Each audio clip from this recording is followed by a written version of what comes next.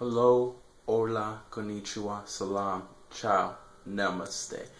Peace to all. This is Soulology, the science of the soul.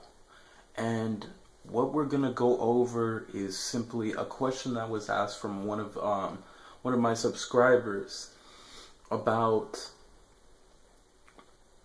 astral projection and dreams. What are they? How do they exactly work? And we're going to go into that a bit deeper for you to understand what you truly are and how it really works and what dreams really are instead of what we may imagine them to be.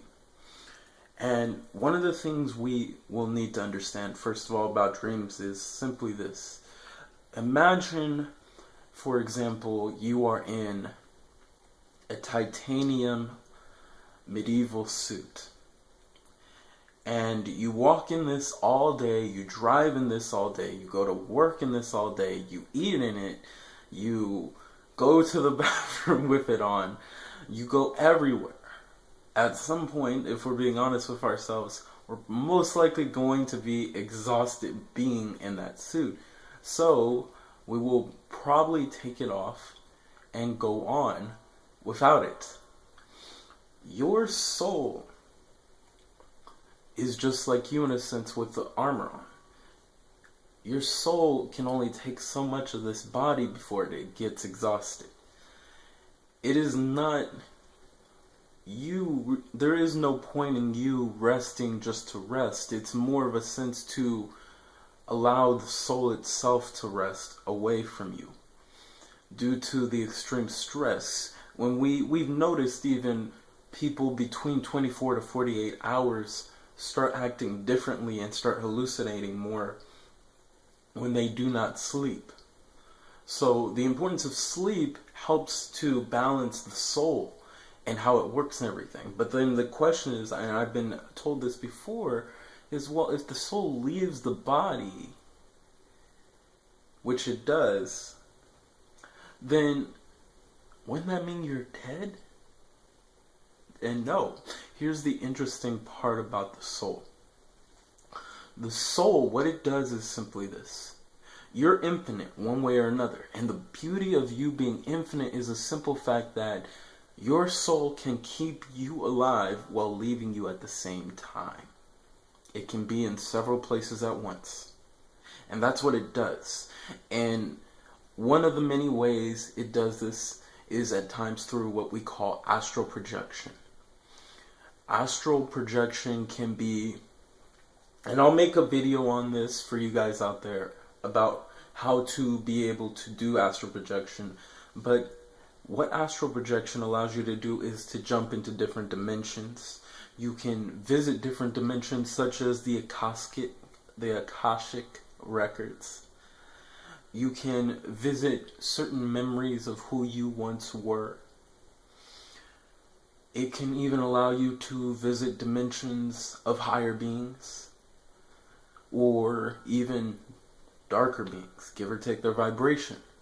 And give or take what you are vibrating within yourself is how you bring these entities around you.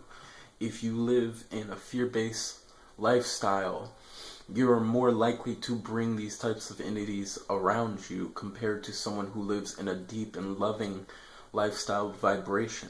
It's up to you how you work that lifestyle and what you bring. And of course, once you get into that, you'll of course want more and understanding about that. And I'll make another video on that to go more further in detail of astral projection. Another thing that happens through dreaming is what we would call time travel. People might be like, time travel? How are we time traveling? Well, it's pretty simple. Have you ever been somewhere and you ever thought deja vu? That's not something that's uncommon. It's more of a sense that you are remembering bits and pieces of when you traveled in specks in the future.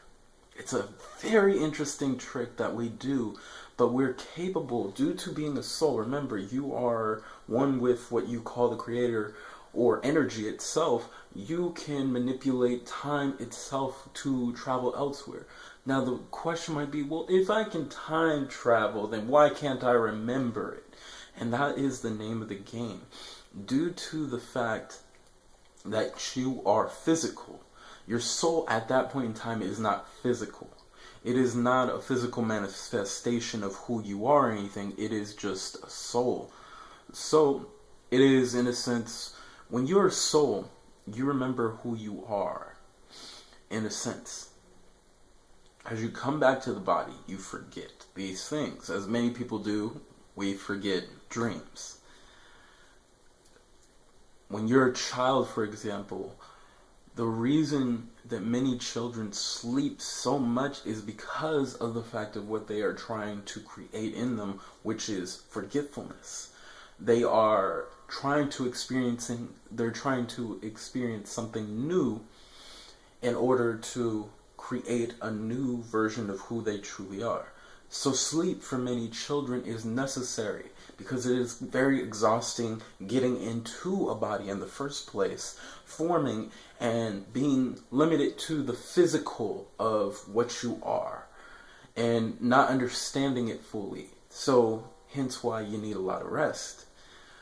For us humans, it doesn't quite work that way because as you grow up into adulthood, you are most likely to be used to this. However, it's the forgetfulness in the mind that makes it pretty hard for you later on in life. Now, this does not mean you can't remember. The best way I would say for you to remember these things is by literally writing it down as soon as you wake up.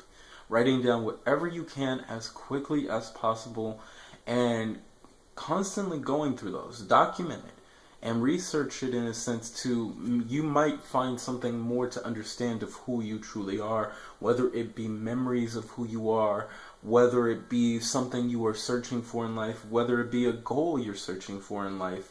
You can find this through the time traveling of who you are as a person. And of course, we have lucid dreaming, which allows you to control your dreams. And of course, this still plays into dimensions one way or another. It just allows you to now be aware of these dimensions. And of course, yes, you can do whatever you desire. Because in other dimensions compared to this dimension here, you are capable of doing many things due to mind. Even when you're out of the soul, the one thing you have to remember is out of the soul, you can think something literally into existence like that. That's how powerful you truly are. And when you are visiting those dimensions and you are aware of these dimensions, you can create whatever you desire.